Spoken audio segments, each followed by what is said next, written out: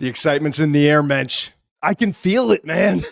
Our college football power rankings continue today with teams 7 through 9. Listen, there's no time to waste. It's Friday, August 22nd, and week 0 of college football kicks off tomorrow. Not to mention, just 244 days until the NFL draft. Muench, you good? I'm great, man. Let's roll.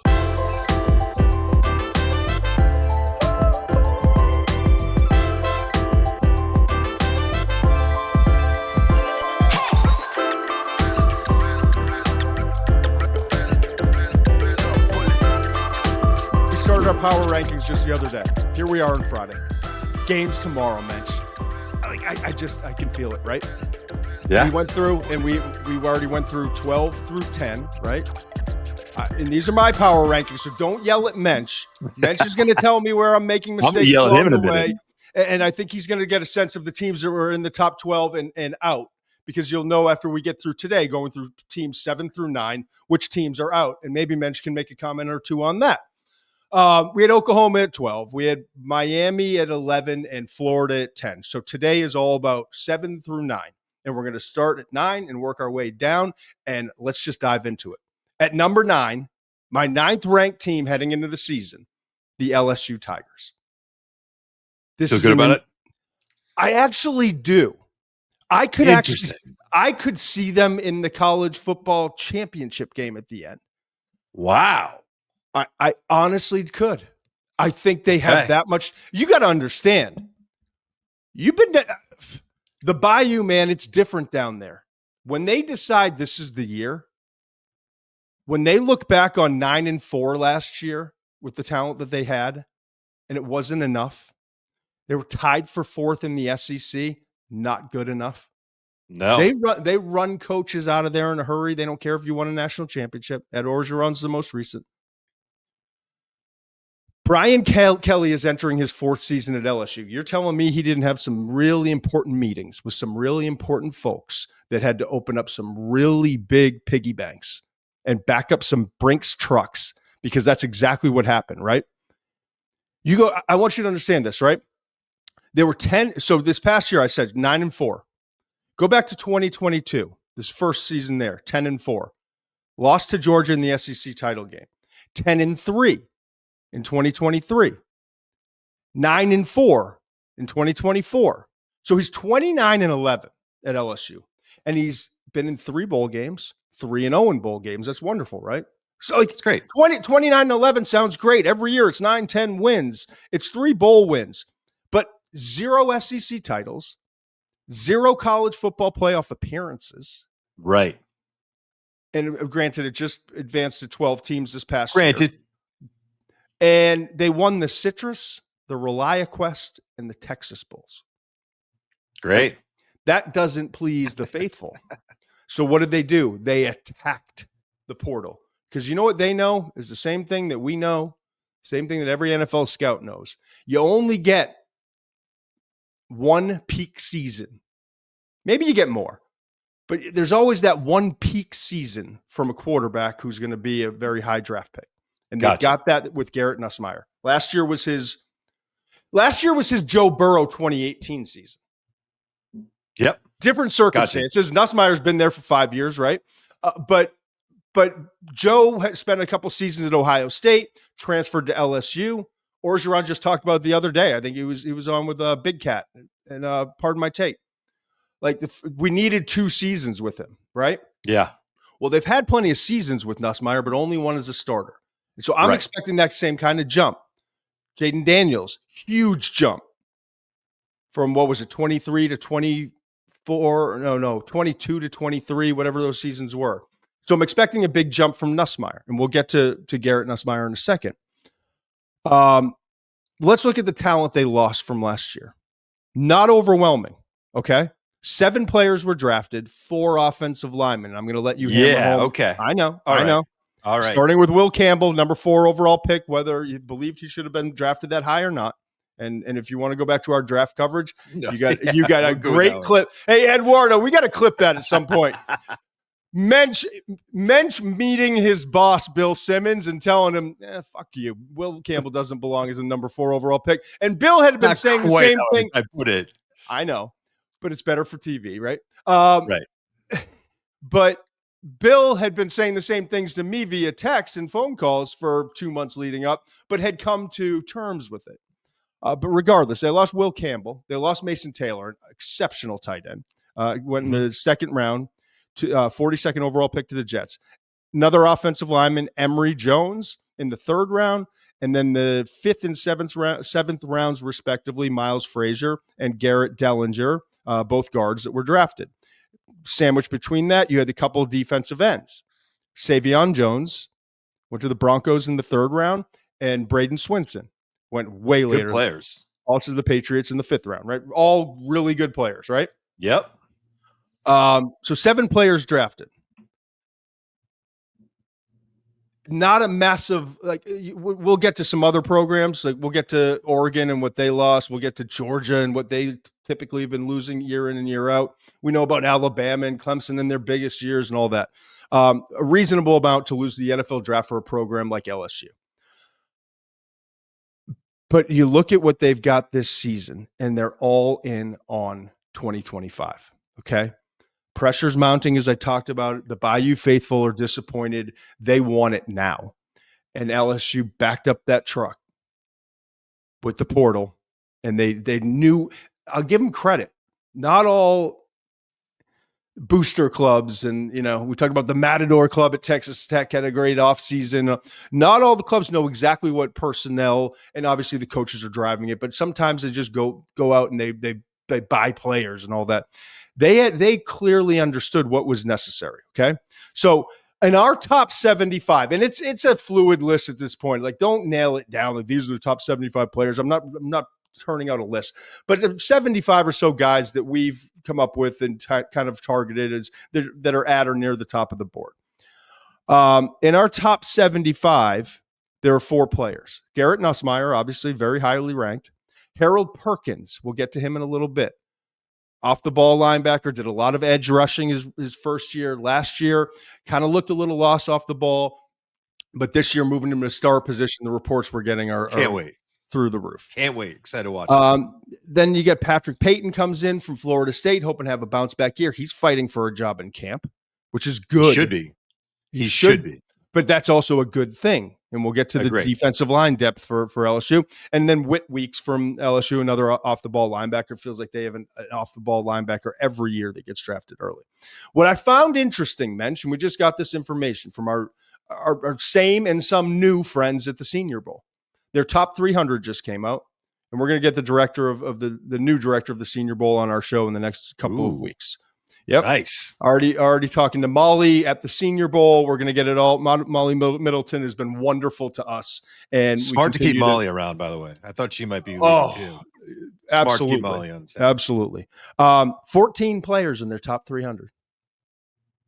14 players. I haven't gone through every single team, but I'm going to give you by comparison for the teams that we have gone through and a couple more that we're going to go through today.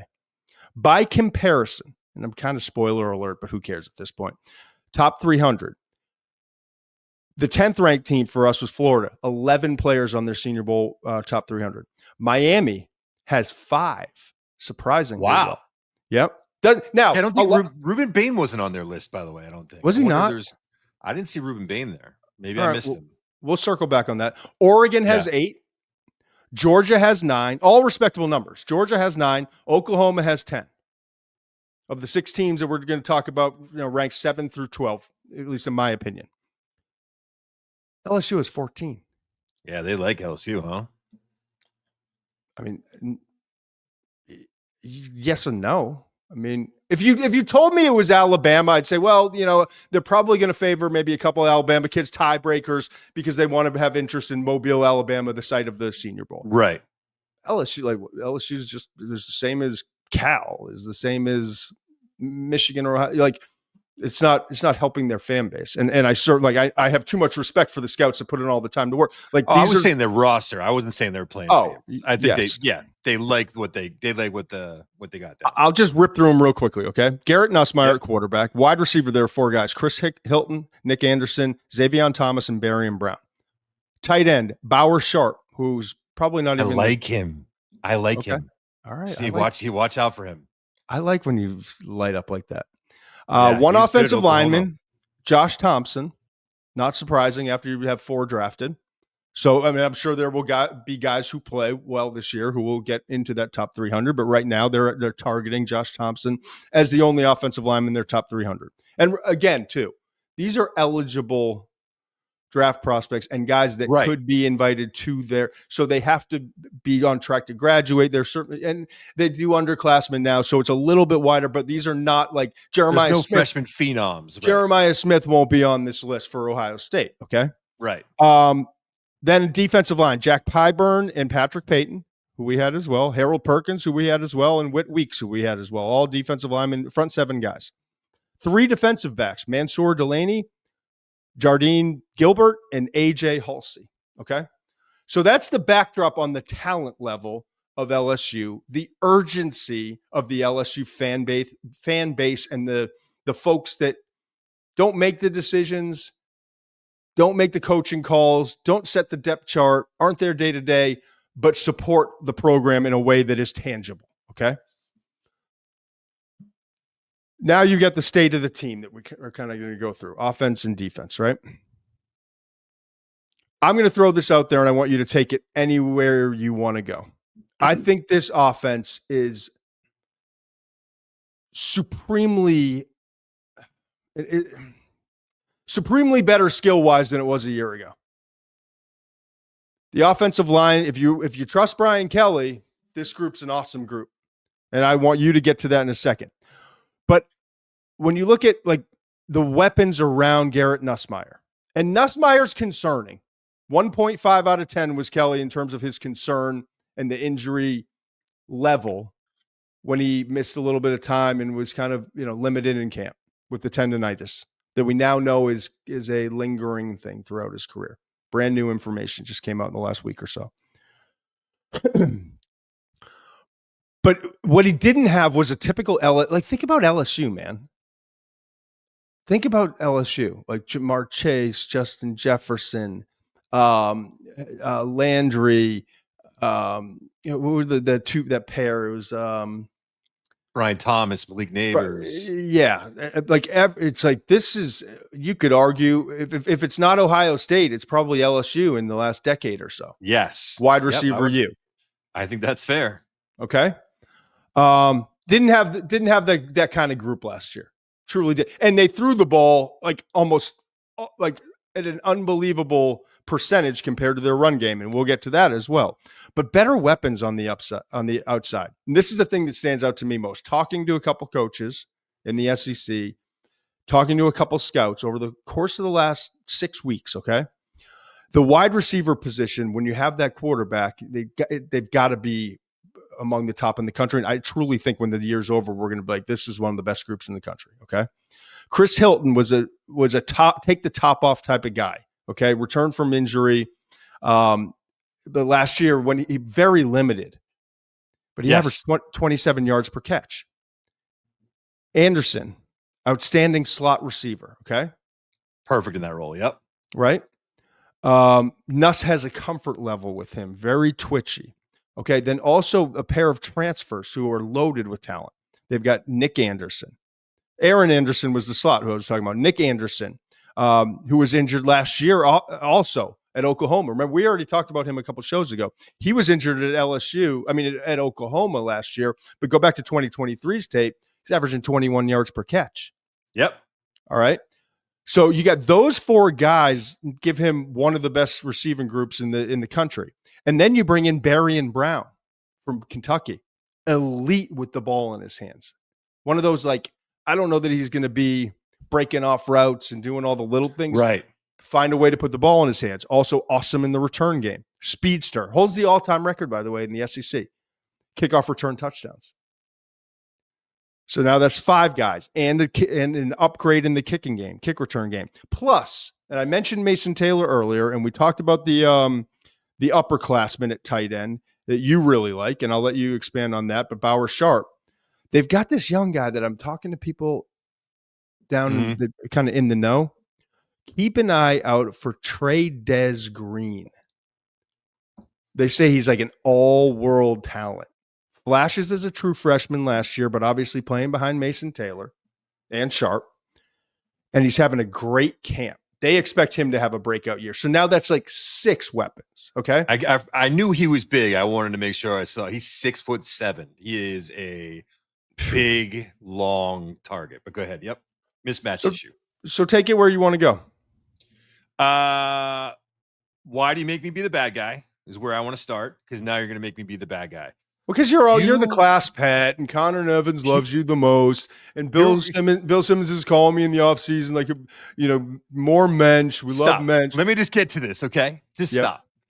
If this wide receiver core sniffs what the Justin Jefferson, Jamar Chase, or Brian Thomas Jr. and Malik Neighbors receiving core is, wow, what a home run they hit. Am I saying they're not talented? No, I'm not really worried about their weapons. I think those receivers were on a different level. We'll see if these guys ever get there. They're talented, but they haven't done it on the field like those other 4 guys we talked about. We'll see. I'm not worried about them.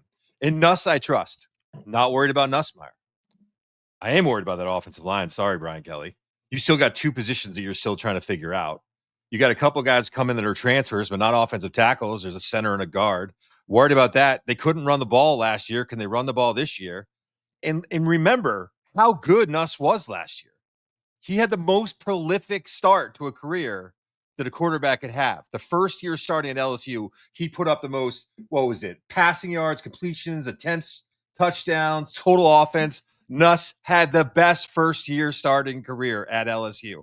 Think of all the other guys. Better than Jaden's first year. Better than Burrow's first year. In Nuss, I trust, man. I love it. I love the weapons. I like what they did there.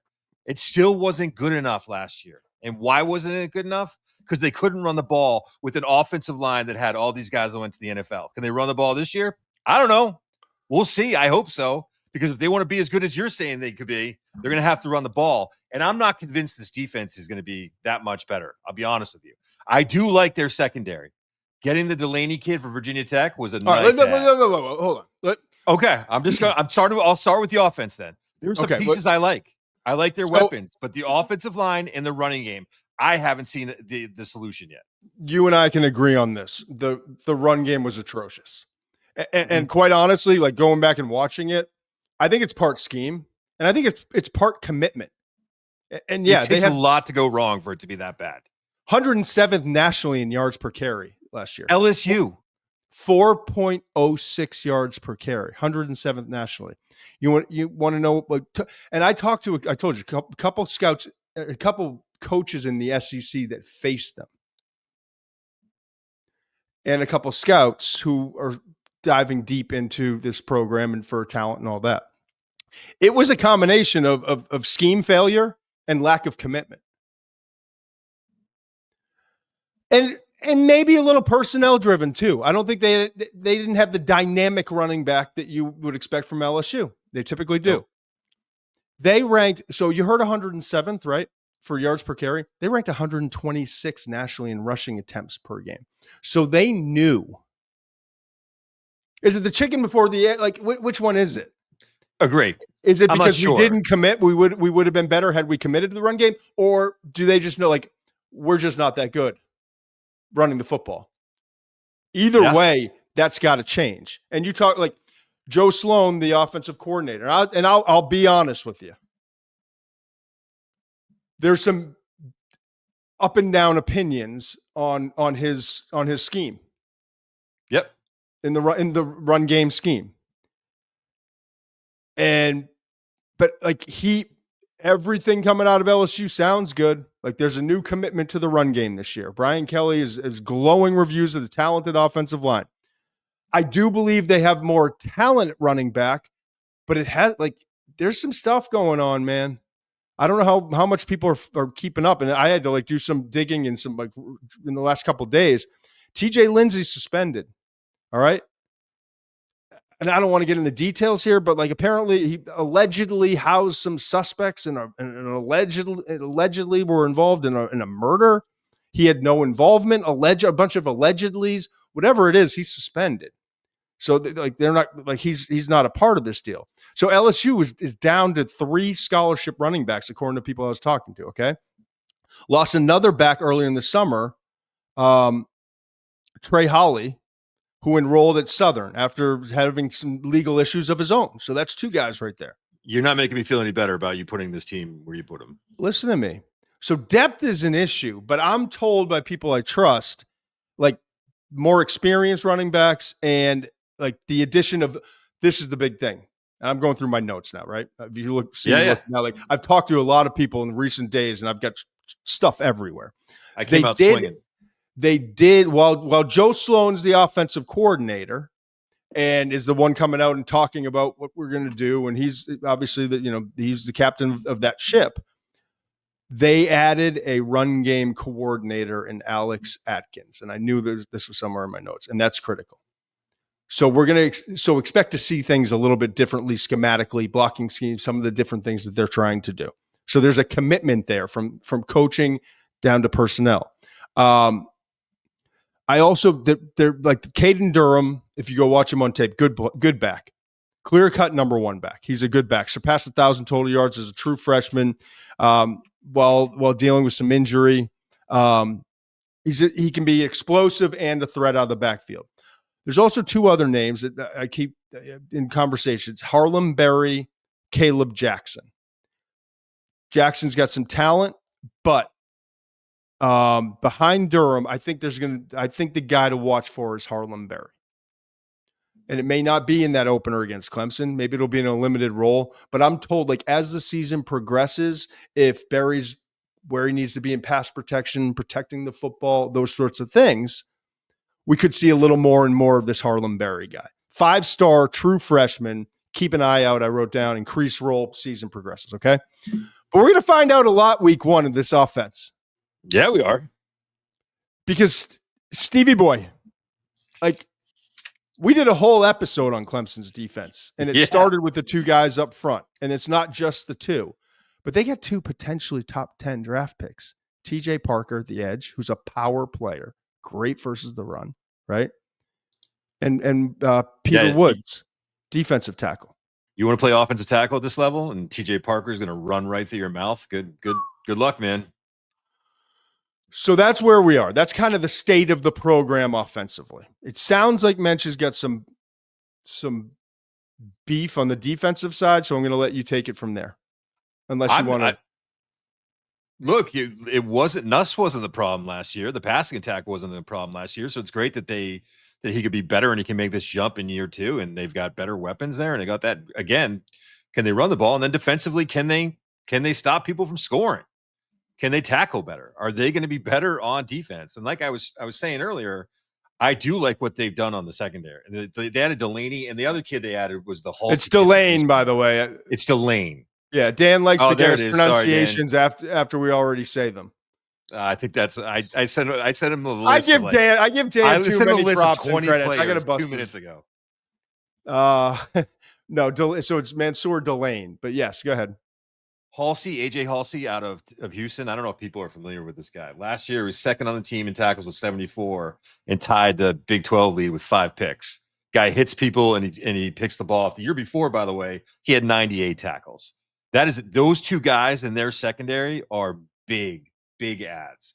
And then, Harold Perkins making the switch to the star, which I consider a secondary position. We could do whatever you want with that. Could be a linebacker. I'm excited. I'm excited to see that secondary. That defensive front, and they got a big boy from Texas. They got some beef up front. They've gotten a little bit better there. We'll see how they stop the run, how they play the run. I've got notes on top of notes here. I had conversations, and you think you're going to be lights out. Here's the thing.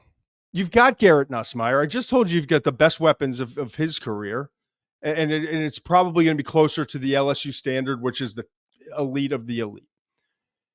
You got to remember, like, this is what I'll say. This will be the best LSU defense we've seen during the Brian Kelly regime. And the first year was a nightmare, like historically bad for LSU defensively. Then last year they brought in Blake Baker. We saw significant improvement, but still kind of middle of the road, ups and downs, and had some problem areas, right? But even that group was so much better than the first year. So now you're in the second year with Blake Baker, who by everyone's account that I talked to, and you just watch the way his defenses play. Yes, there were some flaws last year, but this is a coordinator that knows what he's doing. Okay, the biggest in kind of combining what we do, personnel and watching tape, and the guys that I know with conversations when I'm having to trust people that I trust that know some of these players and know the inner workings and what they're seeing during summer camp. Okay, the biggest differences that I see are going to be for LSU, the defensive line and the secondary you just talked about. Okay. Mm-hmm. Much more depth on defense on the defensive front and in the secondary than they had a year ago. They were picking up the pieces from that terrible 23 year. So a new coordinator comes in and he's got some pieces, but it's not what LSU's typically used to having. Now they've gone and they've hit this portal hard, especially on the defensive front and in the secondary. They didn't need it at linebacker, really. Defensive tackle, they got an experienced transfer in Bernard Gooden. Sadir Mitchell, I think, is another guy who could give a little bit of a boost. That's the big kid from Texas. Yep. Yeah. But it's more Gooden is what I'm hearing in my conversations, okay? This guy, Gooden. I've heard that too, yeah. Starter immediately. He's won the job. High motor, really quick first step, okay? Then you got Dominic McKinley, who's a redshirt sophomore, is projected to be that other starter next to Gooden. Heavy rotation with Adam Brew. Talent for days, that kid. Breaux. And also Jacoby and Guillory. Okay. That's defensive tackle. Then Baker wants to be more aggressive, and he's got some edge guys that will help him to do that without having to blitz as much as he probably did last year. He's got edge guys. They lose Swinson and Jones, who I talked about, to the NFL. Big losses. Both guys could get after the quarterback in different ways. Swinson was a Jones was a right? Yes. But this group, I think, is going to be even more effective because it's deeper. Okay. They've got they added Jack Pyram, who, by the way, is having an awesome camp, is what I'm told. Coming out of Florida. Yeah, Florida was bummed to lose him. I knew that. Yeah. Yeah. They got Patrick Payton from Florida State, Jamari Butler from Nebraska. I'm hearing a lot about this Gabe Ralford, okay, who's a rising sophomore. Big-time recruit last year. He's ready to step in. I'm told it's actually going to be Pyram as one starting job and that Ralford is going to be the starter opposite. That he and Patrick Payton have had a real battle in camp. But right now, according to what I'm hearing, my sources, that Ralford's kind of got the edge. But that means Patrick Payton is one of your guys rotating in. Listen, I'll say this about Payton, and I'm just going to be upfront about it. 2023 Payton is someone I'm excited about coming into the building. 2024 Payton, not so much. The tape on that kid from the last 2 years is wildly, wildly different. He did not play well last year. The year before, he was awesome. He's got skills. We'll see what happens. We'll see if it comes together. Again, I'll believe it when I see it. I'm just going to tell you this, just a little bit of a pushback on you, my guy. As good as they were last year and all the improvements they made, they ranked 14th out of 16 teams in scoring defense last year. They still got a long way to go. And again, I'm not saying they're going to be a top 15 defense, but if they're a top 30 defense and put up the numbers they put up offensively last year, they got a chance to make a run at this thing. I 100% agree with you. You're a pain in the ass. I just listen. I'm not all lollipops and unicorns right now like you. Harold Perkins moves from off the ball linebacker to star. And we covered it a lot recently in an episode. But I just want people to understand this is a guy who I legitimately was watching as a true freshman and had to discipline myself to stop watching him because he wasn't in the draft class. He was that good. And I was like, that's a top 10 pick in 2 years. Dude. That right there. Last year, put him at off the ball linebacker, wasn't a great fit. You told the story about he went into coach. He went into Blake Baker's office. Blake Baker, he's like, where are you going to play? How can I help you succeed? I'll do anything, coach. He's like, great, but what do you do best? Where are you most comfortable? Put him at the star position. And you told a much better story than I did. I'm just trying to race through it. That's pretty good. That's about it. Up clock. And he has thrived. And you think about it now, a guy who can cover, is athletic enough, can work on the edge and play a little bit more free where it's not reading keys, locate ball, gap discipline, all that stuff. He can be free to roam. and then they can rush him off the edge. I think it's going to be a huge bounce back year for Harold Perkins, according to everything I'm hearing, and the 23 tape. Oh, and by the way, I think it was a UCLA game. He got injured last year and missed the rest of the season. So it was a slow start, looked out of place, and then got injured, and so now he's back. Then you got the Weeks brothers here, Whit Weeks and West Weeks at linebacker, off the ball linebacker. West has actually looked better in camp. He's been healthy. He's playing the Mike position. Whit is going to be great, but he's coming off that ankle injury he had in the Texas Bowl last year. He's going to be ready week 1. So now you got. Have you watched any given Saturday the SEC the behind the scenes Not SEC yet. show? I was talking to Tate about brothers, that. The Weeks brothers. Oh, must watch TV. Yeah. I've only watched I think the first couple episodes. Those guys are great. They are like I just listed They're all like of those that. backwoods LSU guys that right out of Central Casting. It's awesome. I love it. Yeah. But I just listed all that talent along the defensive front. Now you get the Weeks brothers, who are kind of badasses at off the ball linebacker. You kick one of your other badasses, who's probably the most talented individual on the entire defense, out to star, and let him go do what he does. And then you got the secondary with Mansour Delane and Ashton Stamps starting cornerbacks. Delane's emerging as the standout, is what everyone is telling me. Jakeem Jackson and PJ Woolard are pushing Stamps for the starting job opposite Delane. Okay. Halsey and Tamarcus Cooley are starting safeties. Halsey's emerging as a guy back there too. Instincts is what I kept hearing. Playmaker, instincts, one of those types of guys. A lot of depth there too. This group's going to be a lot better. Are you worried? Are you worried about the fact that Brian Kelly hasn't won a season opener at LSU? And are you worried about how that team reacted after it had that tough loss to A&M and the way it lost, with A&M coming back from behind and then losing 3 great games in a row last year? Those are things that stick out to me when I'm looking at the record and I'm looking at kind of the history here. What's the organizational trauma maybe for LSU? And I think this is a fresh. This is a fresh start. New faces, same coaches, addition of a run game coordinator. Offensive line is inexperienced but talented and having a good camp. Defense is a lot better with the Jimmies and the Joes, and the X's and O's are good enough. I think are good with Blake Baker. I don't know. And even if they lose at Clemson, you got Louisiana Tech, then Florida. That'll be an awesome game to watch at home against Florida. Poor Florida. Poor Florida. It feels like every good team we talk about, they're on the schedule. That's what I meant by that. I obviously rate them higher than just about everyone out there. I've got to make you don't want to play them. Yeah. Right. At Ole Miss on the 27th, South Carolina at home, at Vanderbilt. Then you got this tough stretch with this little run, A&M, and then at Bama. So it's like one hard game, but like that Ole Miss, South Carolina, tough back-to-back stretch. But at least after Clemson, they got Louisiana Tech. After Florida, they got Southeast Louisiana. But then it's 2 games, and then you're at Vanderbilt. Then it's 2 games, A&M and at Alabama. Then you get Arkansas, good team, but that's a winnable game at home. And then Western Kentucky before you're at Oklahoma, which Oklahoma's going to be a lot better too. That Oklahoma game could be a monster, by the way. All right, we've got to move on. Also, really quickly, I'll say this. If they do lose to Clemson, losing to this Clemson team feels a lot different than losing to that USC team last year. That felt like a game that LSU was like 100% supposed to win. They're supposed to be competitive in this one. That USC loss, I think, hurt more than a lot of other losses might have because they were so favored. But go ahead. All right. Couple housekeeping things. I wanted to dive in today. I'm so excited about college football. Muench, first of all, tell people how they can continue to support us, if you wouldn't mind.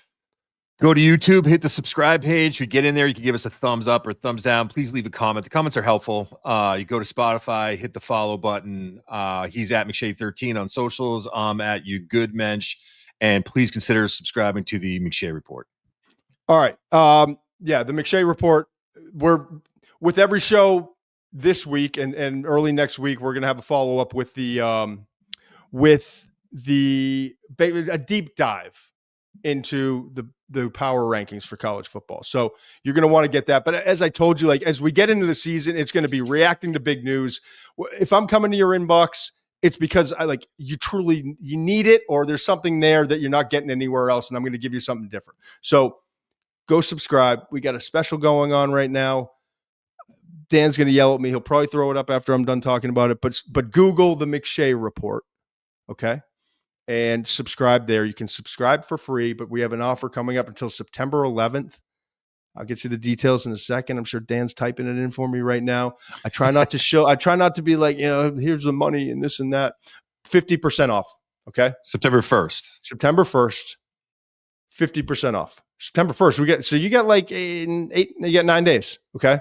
So 50% off. Get it now.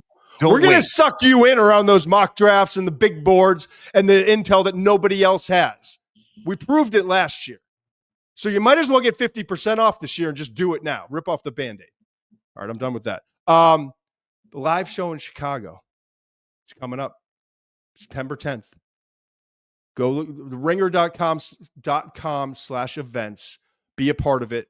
We got a special guest I just booked. I don't even know if you know yet, Muench. No. We'll announce it. Let's announce it on Monday. Okay. Or maybe they'll do a press release. Okay. But it's at the Lincoln Center, right? In Chicago, September 10th. Get online, Lincoln Hall. Thank God for this live chat, but Dan just keeps Dan, you made up for your pronunciation. But yeah, so here we are. So that's kind of the housekeeping stuff. We're back on Monday. We're going to go through teams 4 through 6. Then on Wednesday, we're going to go 1 through 3, and then we're off. Then it's week 1. But we do have games this week. It's week 0. Not a massive slate like week 1. Yep. But I'm a Mick. I'm an Irish. The Irish game, yeah. You think I'm not going to be watching out in Ireland? What is it, Aviva Stadium? Who you got? Kansas State versus Iowa State.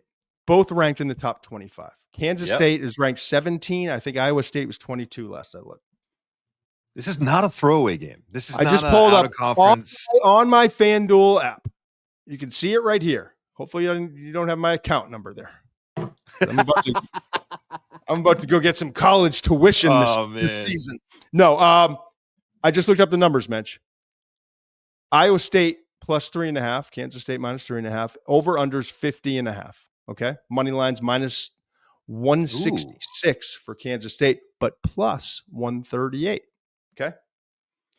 We'll get to parlays. We'll do all that other fun stuff. I just want to pick a winner right out of the gate. Okay. I want to be like, okay, it's in the books. We got a winner. We're off. I like Avery Johnson a lot from Kansas State. Yeah. Spent time down to the Manning Passing Academy, saw him. I just think he brings an energy, dual threat ability. I think Kansas State has got a lot of good things going for them. They lost a bunch of starters, though. They also had an interesting nugget that I came across recently. They missed just about half of their spring practices due to injuries. And obviously the spin is we got in the weight room, and so maybe a little bit rusty. I think Iowa State's underrated. 11-3 last year. You ready for this? Go ahead. First double-digit win season in 133 years of Iowa State football. Now, they obviously lost 2 awesome wide receivers, Jaden Noel, Jaden Higgins. Okay. The talented corner go-to, yep. Jaden Higgins, Jalen Noel. And talented corner, all that stuff. But this team has 7 starters return on offense, 6 on defense. I think there's a little momentum coming into the year. They beat Miami in that bowl game. Rocco Beck, my favorite Paisan. I love the Beck family. I'm taking Iowa State straight up. Give me the money line, 138. I love it. I think they're a live dog in this early one. Okay? Am I crazy too for some of the reasons you just said? Are you sniffing around that over the under? I like the under a little bit. I feel like first game of the year, overseas. Some turnover on offense, a little banged up maybe. Number might be pumped up a little bit because you get 2 big name quarterbacks.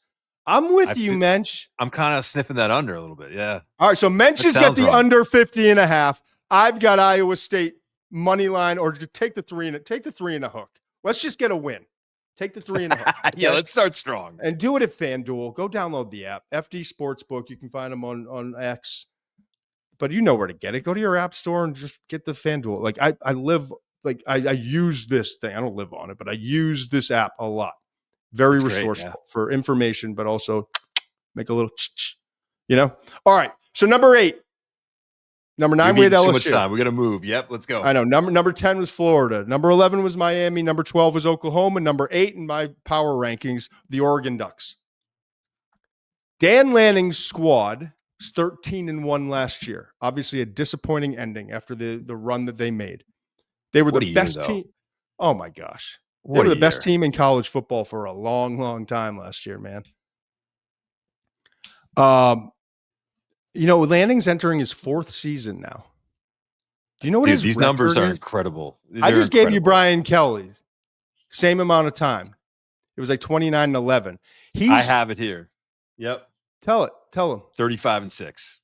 He's lost 3 games over the last 2 years. But remember, he's only lost to 2 teams because he lost to Washington last year twice.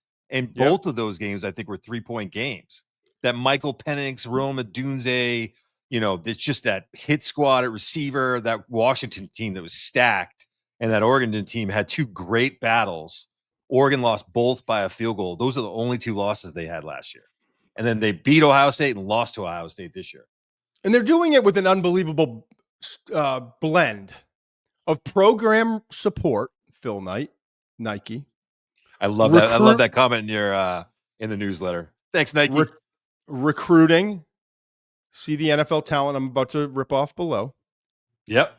Culture, which Lanning, culture drives me crazy when it's thrown around too much. Not here. I love are you not entertained? He finds a creative, he's got these guys invested, and that's why I think. Did you see how they prepped for the Wisconsin game last year? How they did the jump around during practice? Yes. And he said, when this moment hits, I want you to enjoy it. I want there to be joy in your face, not fear. I want you to be Dude, I love that moment of their season. Every week there's something. It's something. And he connects, right? Yeah. And then scheme. Because Lanning, while a great recruiter and motivator, is the foundation is a great defensive coach. Yeah. And I think one of the most underrated, I don't know why his name isn't batted around more in NFL, and I think it will soon. I think Will Stein is one of the most underrated offensive coordinators in college football. Can I say this? I think he gets a lot of love in the NFL because think about this. He's had 2 quarterbacks at Oregon. Bo Nix, who was there the year before he got there, but he had him for Bo Nix last year, and his numbers skyrocketed under Stein. And he had Dylan Gabriel. Both of those guys, when they got to Will Stein, no one was thinking about them as early round draft picks. And Nix goes in the 1st, and Dylan Gabriel, we didn't even think going into the weekend he was going to be a 3rd round pick. I think people from the league are looking at Will Stein and being like, we want one of those. We want the kind of the quarterback that he is starting to build for the league. I really think the league looks at him a little bit differently than maybe everyone else does. Heavy is the crown, though, right? Yep. They got 14 returning starters, 8 on offense, 6 on defense, but a lot of those guys, not a lot, a handful of those guys are portal guys who started somewhere else. They lost 10 picks to the NFL draft. We talked about 7 just a moment ago with LSU, but they lost 10, including 6 in the first 3 rounds. And we're talking about Derek Harmon at defensive tackle.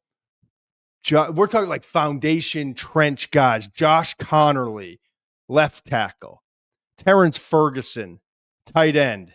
Jordan Birch, edge. Jamari Caldwell, defensive tackle. And by the way, their quarterback, Dylan Gabriel. Okay. So and then Jeffrey Bassa, the linebacker, another offensive tackle, Cornelius. They lost a lot of dudes that are at key positions. So, but they thrived in the portal. And that's the fascinating part to me. They're accustomed to reloading, not rebuilding. They only had 1 draft pick in 2022 before Lanning came in. 1.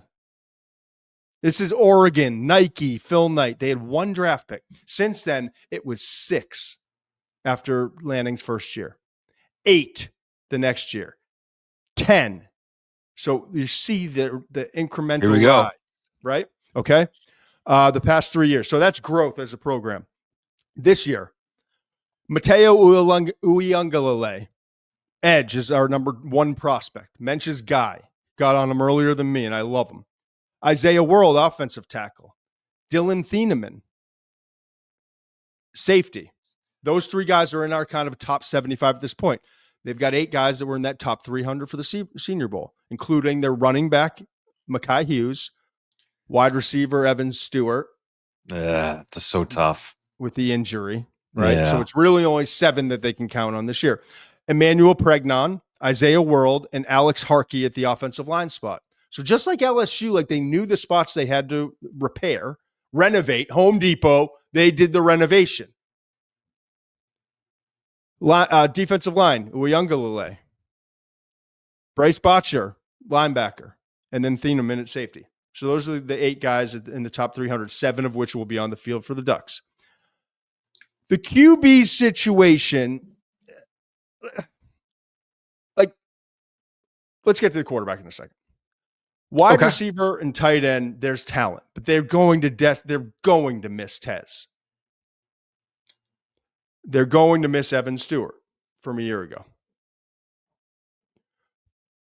It's a talented group, but it's going to be interesting to see if they can put around this new quarterback, and we'll get to quarterback in a second, the wide receivers that they need. I do love their tight end, Kenyon Sadiq. He's the worst kept secret in college football. Everyone knows this kid's coming. 29 career catches, but unbelievably talented. Stein recently said one of the best players in the country, 6'3", 250, and fast. Yep. And the O-line is reloaded from the portal I talked to you about. Isaiah World from Nevada, Emmanuel Pregnon from USC, who's having an awesome camp, I'm told. Harkey from Texas State. All the draft prospects. Plus, you got the center, Iapani Lalolu. Yep. Those are the returning starters. But Lalolu is a Remington Trophy candidate at center. Stud. Absolute stud. Mm-hmm. So that's what you've got. But the big question now, quarterback. Dante Moore's a really talented young man, former 5-star, started 5 games at UCLA as a true freshman in 2023. But I liked what I saw from this Novosad kid, Austin Novosad at the Manning Passing Academy. Talked to some people about him, like his makeup, like the way he threw the ball. Moore and Novosad, though, have only last year combined for 10 pass attempts with Dylan Gabriel there. There's no Bo Nix or Dylan Gabriel walking in that building, bro. Okay? So this is going to be Stein. We're going to find out. This is Stein's biggest challenge to date. He got Bo Nix to take it to a level Bo Nix had never seen before. He got Gabriel to go to a level he's never seen before. So we have to believe, as evaluators and fans, that he's going to get the most out of Moore or Novosad or both. But until you see it, it's hard to believe. And I'll say this: I talked to somebody.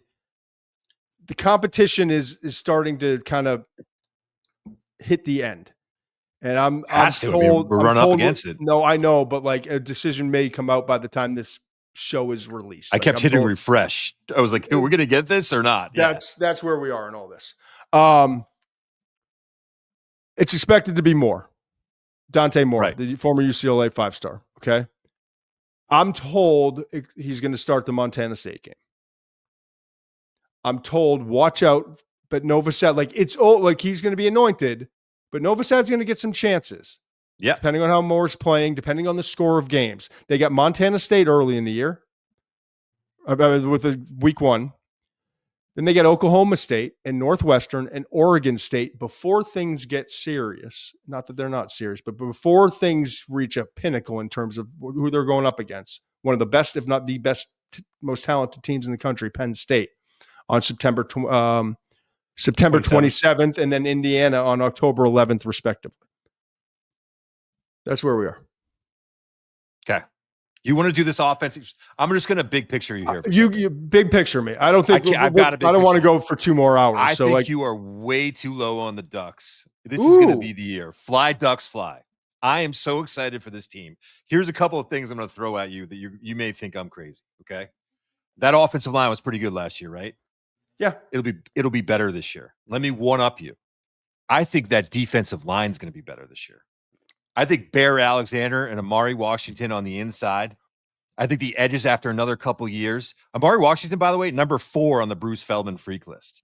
Dude is Really different. He is different. Watch out for that Oregon defensive line. So I think the offensive line. Aiden Breland's another name I heard too with Washington. Dude, they're deep. They are deep. They are going to be better on the defensive line. They're going to be better on the offensive line. And watch out. I'm just going to tell you this right now. And you're going to think I'm crazy. They're going to be better at quarterback. Will Stein has these 2 kids in the building for the last 2 years. He had Dylan Gabriel for 1 year, and I know that Gabriel was experienced, and I got that. And yeah, Dante Moore only had 5 starts, but Dante Moore was in the same quarterback as. Listen, Dante Moore was in the same. What did we think about Bo Nix when Will Stein got him? What do we think about Dylan Gabriel when he got him? What do you think about Dante Moore when he came out of high school? 5-star dude. Now he's got a 5-star dude that he's had in the building for 2 years. And by the way, I get the receivers. I understand.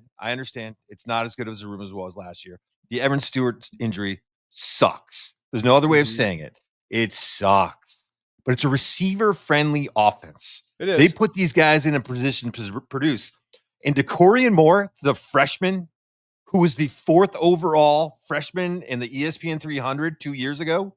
Or no, this year. Sorry, this year. That dude's going to come in, and he's going to do things where people are like, oh, my God. I was like, we don't know anything about these freshmen, right? I'm watching his clips. Dear Lord, dude. It's like the high school tape. It's, again, these kids shouldn't be on the same field as these poor high schoolers who are just trying to, go to the prom and hang out with their friends afterwards. He's like tearing kids apart. But that being said, DeCorian Moore, the wide receiver, is going to make an immediate impact. Kenyon Sadiq is a dude at tight end. You don't think about tight ends that they want to run screens with. Oregon runs screens with this kid because he's so good after the catch. Fly, ducks, fly. And Dan Lanning is the real deal, dude. There's some other coaches on here that I've had some questions about. Dan Lanning ain't one of them, man. This guy is the real deal. I think you're way too low on the Ducks. When there's a lot of questions at a lot of places right now, watch out for Oregon. Damn. I feel pretty good about it, man. I'm not even going to counter. Let's move on to Georgia. 7. Let's go. Clearly not as good as Oregon, apparently. No, they are not. Man. Really? No, they are not. The fact that you have Georgia ahead of them, I really am surprised. Now, I'm not talking about talent. I'm talking about the power ranking for this program right now. There are some things that concern me about Georgia, and it's not just Gunnar Stockton. All right, 11-3 last season, and disappointing. College football playoff lost to Notre Dame. It just it had an icky feel at Georgia, and I think a lot of it was the quarterback situation. It was the injury to Carson Beck. Just didn't seem like that it was their guy, and we saw after the season was over that a decision was made. Okay, Kirby Smart's 105-19 overall. Kirby Smart's not the problem, man. I love Kirby Smart. Only 11 returning starters this year, but this program is used to that, okay? 13 players lost in the NFL draft. 13. But, they're kind of used to it. 6 in the first 3 rounds. 3 in round 1. Think about it. In 2022, this is a note I want you to remember. If you remember nothing from what I say of Georgia, they lost 13 players in the NFL draft. 2022, they lost 15. Most by the school, by Georgia, in the common draft era, as far as I can see. The class was crazy. Georgia had an undefeated season and won the national championship the next year.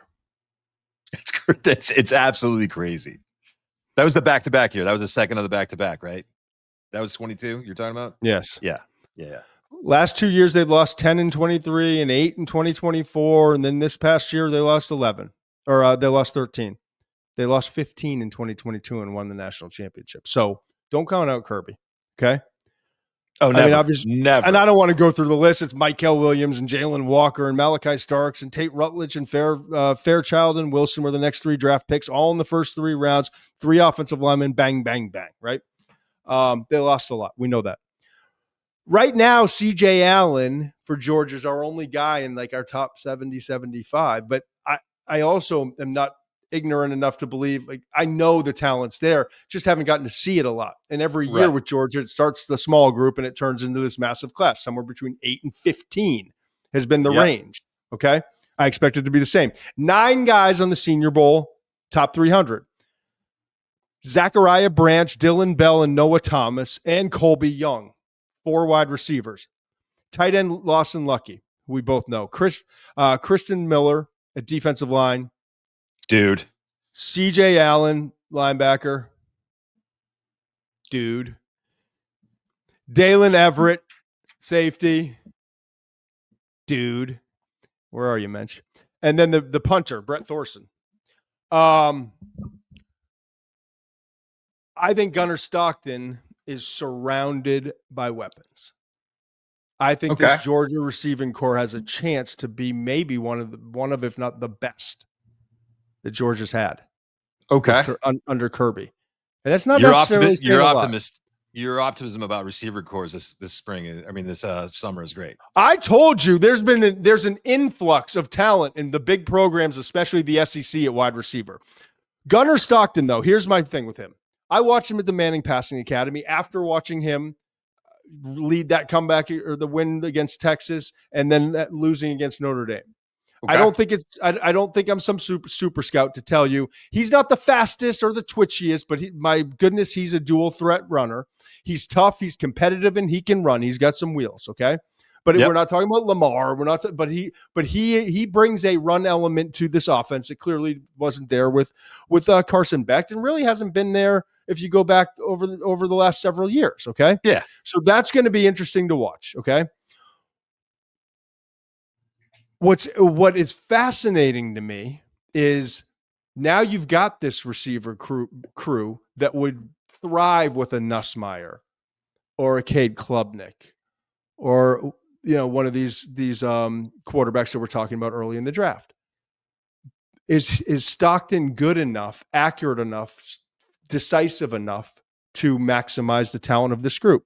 Because this group is like big time, man. I'm telling you, Colby Young was suspended last year, part of, if not all. He was supposed to be their breakout star. Right. They missed his production last year. Now he's full go.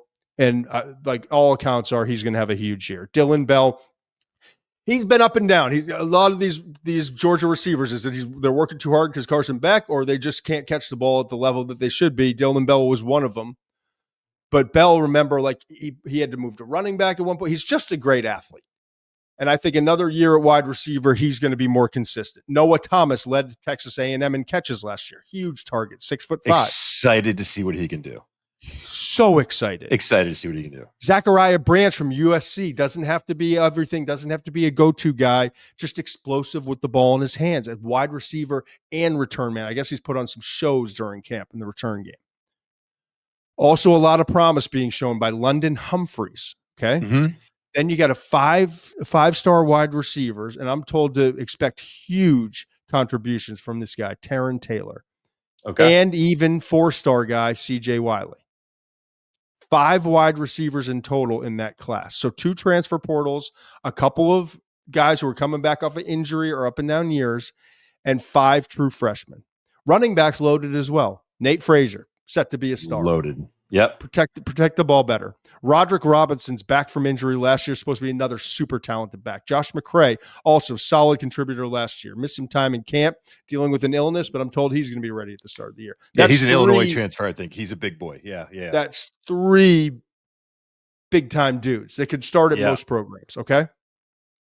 And then this offensive line, I just listed off the 3 guys that got drafted in the first 3 rounds, and they lost some dudes, not necessarily as much talent to the NFL draft as LSU. But Stacey Searles has been doing this a long time, and he's gotten this group better and better. Here, I see you. I don't know, but I'm not going to bet against them. They're talented enough to overcome the losses of the NFL last year. I know that Drew Bobo's a stud at center. I'm told that Micah Morris at guard's another stud. If this group plays to standard, despite some of the inexperience, we know the talent's there. This Georgia offense could be dynamic and different and explosive this year. You love the could be's. I don't live in that world. I don't live in your world. Georgia's a safe could be. There's talent everywhere. Don't disagree with you. I don't know. The tight ends, love the tight ends too. I mean, there's talent. everywhere. That offensive line was not great last year, and they just lost 3 guys. Remember that LSU running game we were talking about earlier? You know who was 15th out of 16 teams in rushing yards per game? Georgia, and that was with Nate Frazier. I mean, Yeah, but yes, dude, I don't know, man. And that was with Carson Beck playing quarterback. And I don't care. I don't know. I don't know if I live in a world where I can come to the grasp. Like, you can say whatever you want about Carson Beck as a pro prospect. I don't think if you will throw on the tape, and we have limited tape of Stockton, I don't understand where there's a world that Carson Beck's a worse quarterback than Gunnar Stockton. And that's really interesting to me. That's why it's so interesting that Carson Beck's not there anymore. I mean, that's why it's such a freaking story. Yes. Because Gunnar Stockton's not Carson Beck. He's not. And now you are talent wise. No, you're not tape wise, talent wise, none of experience wise, none of it. So you're taking a step back at quarterback. That offensive line, we'll see. But is it addition by subtraction? Could be. And does Gunnar's mobility and competitiveness and his mental makeup, does it fit this organization? Quite possibly. And that's where we get into the coulds. But I'm in the where are we now? And this is what I know. This is the concrete for me, as you're taking a step down at quarterback. That you have issues on the offensive line that could be solved. You might have the talent to take care of, but I haven't seen yet. And you didn't run the ball well last year. But you're so willing to give Oregon all these passes with all the transfer portal guys coming in and young 5 stars, and you're watching like YouTube videos of freshmen. Like, why can't you trust who's Georgia brought in who did Georgia bring in for the offensive line to fix their problems? Maybe Kirby Smart doesn't need to bring him in because maybe he doesn't them well, and they've got a bunch of dudes that were sitting behind stars. And remember, last year there were kind of question marks, and so that's what I'm telling you. There's question marks. I'm going to tell you right now. Those guys have played, right? But you talk about Micah Morris, left guard, 4 starts. I don't have a lot of film to tell you whether or not he's good. Bobo, 2 starts. Bobo, 2 starts. Don't have a lot of tape. Monroe Feeling, the offensive tackle, 5 starts, and he missed spring with a shoulder injury. Then you got Daniel Calhoun, redshirt freshman. I don't know. Ernest Green, the second, the one guy we do know, or the third, whichever it is, didn't play that well last year and is now moving over to right tackle, and we'll see if he can stay healthy because he was banged up too. So there's some things I don't know in Oregon. That's true. But I do know some things at Georgia too. Like, I know what Isaiah World looks like. I know what the other guys that they brought in, they have some dudes. And I know what the center looks like at Oregon. That's a dude. So, like, I understand what that offensive line looks a little bit more than this offensive line. So, yeah, maybe I find myself now I'm like a Georgia Bulldog fan. Because I wanted him to shove it right. By the way, I love Kirby Smart. He is my favorite coach in the whole in all the land. I love Kirby Smart, man. And if Kirby Smart were to walk in right now, pop up behind your head and be like, "Hey, Muench, we're good," I'd feel a whole lot better about the situation. Here's what I know. Here's what I don't know. Here's what I do know. You got a punter in the top 300 list, so we're going to be able to switch the field on you. And this defense is going to be elite. Is it? Yes. It wasn't elite last year, Todd. It was really good last year. So here's something. Here's just a little something that happens when I'm looking at these teams. I want to read what's going on with some of the beat writers. Okay. So this guy's name is David Pascal. He's from the Chattanooga Times Free Press. The Bulldogs had 16. They had top 16 national defenses every season. Under Smart until last year, when they ranked 30th in the country and allowed 329.9 yards per game. I think they were 7th in the SEC in scoring defense last year. 7th. You know what they were the year before? 1. It goes back. It's like 1.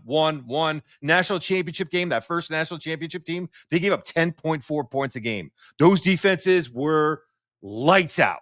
Last year's defense wasn't as lights out, and they just lost all the guys that they lost. Michael Williams, Malachi Starks, Jalen Walker, all those guys are gone. And there's things that do make me feel comfortable. I'll say this on the flip side. This is something else that I thought was a really interesting number about Georgia.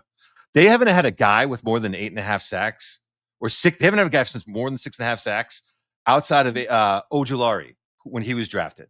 They don't have guys that get big sack numbers, but they do get after the quarterback because of the scheme and because of the effort. So when they're losing some of these guys, I'm not as worried about it because they know how to scheme it up. They know how to get the effort out of these guys, and they have the talent to get around it. That defense last year showed some cracks, Todd. There were some cracks. Tell me the cracks have been plugged. Tell me we're all right. CJ Allen's going to be a step better at linebacker. Elo Madozi and star freshman Elijah Griffin, who I like, my phone's blowing up about this cat. Okay. Yep. Defensive line is going to be strong again. And Madozi is a transfer. Okay.